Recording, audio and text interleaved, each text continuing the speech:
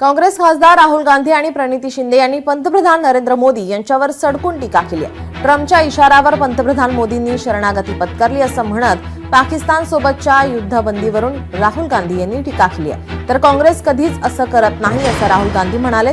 तर कुठे इंदिरा गांधी आणि कुठे नरेंद्र मोदी अशा शब्दात काँग्रेस खासदार प्रणिती शिंदेंनी पंतप्रधान नरेंद्र मोदींवरती सडकून टीका केली आहे। इंदिरा गांधींनी अमेरिकेला झुकवलं होतं, मात्र मोदींनी अमेरिकेचा ऐकून सीज फायर करून कमकुवतपणा दाखवला। देशाला कमकुवत करण्यात मोदी जबाबदार आहे असं प्रणिती शिंदे म्हणाल्यात। युद्धात मध्यस्थी करणारे हे ट्रम्प तात्या कोण लागून गेले असा प्रश्न प्रणिती शिंदेंनी व्यक्त केला आहे।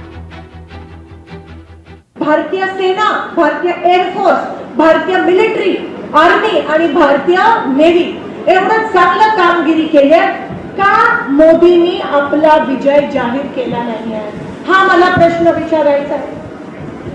आपले सीडीएस जे आहे, चीफ ऑफ डिफेन्स स्टाफ, ते काय म्हणाले, विमानं खाली पडली। मग का मोदीजी तुम्ही आम्हाला सांगत नाही? सत्य परिस्थिती आमच्या लोकांच्या समोर का नाही तुम्ही आणत आहात? लष्कराच्या रक्तावर मोदीजी या ठिकाणी बिहारमध्ये मतदान मागत आहेत। जेव्हा इंदिरा गांधी होत्या तेव्हा अमेरिकेच्या राष्ट्रपतीला आपल्या समोर झुकवलेलं आणि सांगितलेलं की आम्ही सीज फायर करणार नाही, तेव्हा पाकिस्तान आपल्या समोर सरेंडर झालेलं। कुठे त्या इंदिरा गांधी आणि कुठे हे मोदीजी? उधर से ट्रंप ने एक इशारा किया, फोन उठाया, कहा मोदी जी क्या कर रहे हो, नरेंद्र सरेंडर,